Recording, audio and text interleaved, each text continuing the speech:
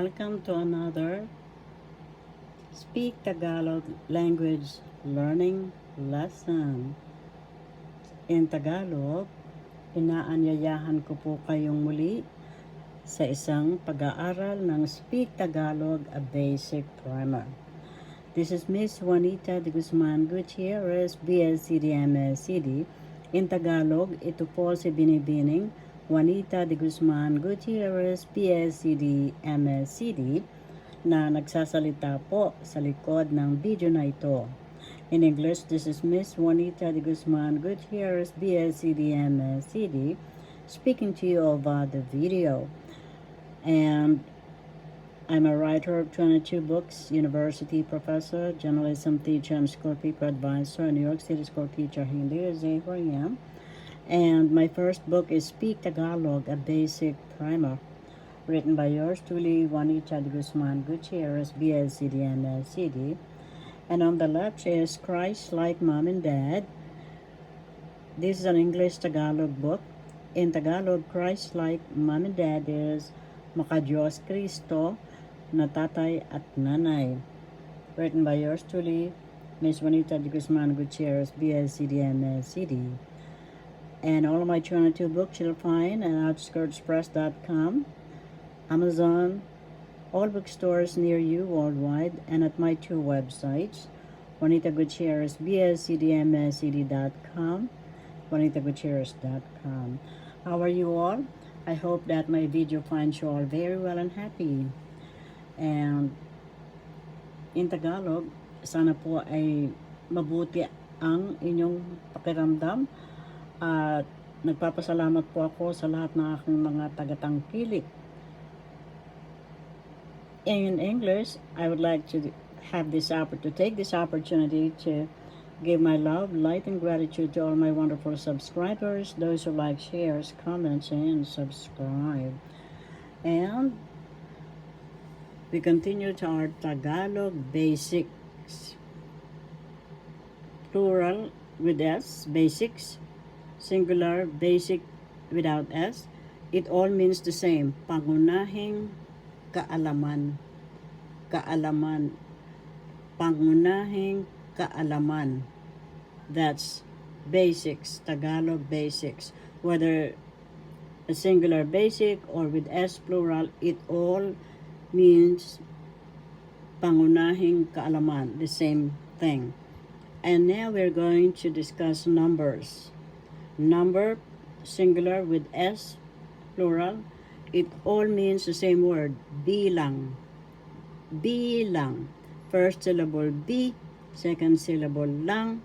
The accent is in the first syllable, bilang. Bilang. In English, numbers or number. It all means the same word, bilang. And so let's begin. Number 1, in Tagalog, isa. Isa. Isa. First syllable E, second syllable sa. The accent is in the second syllable. Isa. Isa. That's one in English. Number 2, in Tagalog, dalawa. Dalawa. First syllable da, second syllable la, third syllable wa. The accent is in the third syllable. Dalawa. Dalawa. Dalawa. That's number 2 in English. Number 3 in English is tatlo in Tagalog. Tatlo. Tatlo. First syllable tat, second syllable lo.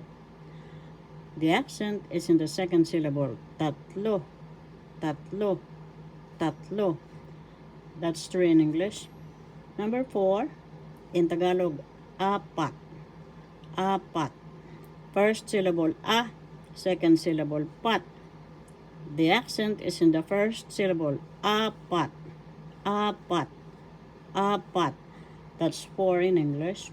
Number 5, lima in Tagalog. Lima. First syllable li, second syllable ma. The accent is in the second syllable. Lima. Lima. Lima. Lima. That's 5 in English. Number 6 in Tagalog is anim. First syllable a, second syllable nim. The accent is in the first syllable. Anim. Anim. Anim. Anim. That's 6 in English. Moving right along here. Number 7 in Tagalog is pito. Pito. Pito. Pito. First syllable P, second syllable to. The accent is in the second syllable. Pito. Pito. Pito. That's number 7 in English. Number 8 in English, in Tagalog, walo. Walo. First syllable wa, second syllable lo. The accent is in the second syllable. Walo. Walo. Walo. Walo. Number 8. And number 9 in Tagalog is siyam. Siyam. Siyam. Siyam. First syllable si, second syllable yam. The accent is in the second syllable. Siyam. Siyam. Siyam. That's number 9 in English. And number 10 in English is sampu in Tagalog. Sampu. Sampu. First syllable sam, second syllable pu. The accent is in the second syllable. Sampu. Sampu. Sampu. That's number 10 in English. And I hope you learned something today, my wonderful listeners, and those who watch and follow and subscribe. Thank you all for watching. See you all again. Blessings. Oh, Christ, love and light yours all. This is Miss Juanita de Guzman Gutierrez in Tagalog. Ito po si Binibining Juanita de Guzman Gutierrez, BSCD and LCD. Thank you all for watching. See you all again. Christ like Mommy Dad. Sa Tagalog English book, Maka Diyos Kristo na tatay at nanay. God bless us all. We are all children of one God. We are all brothers and sisters. Thank you all for watching. See you all again. Blessings of Christ. Love and light to us all.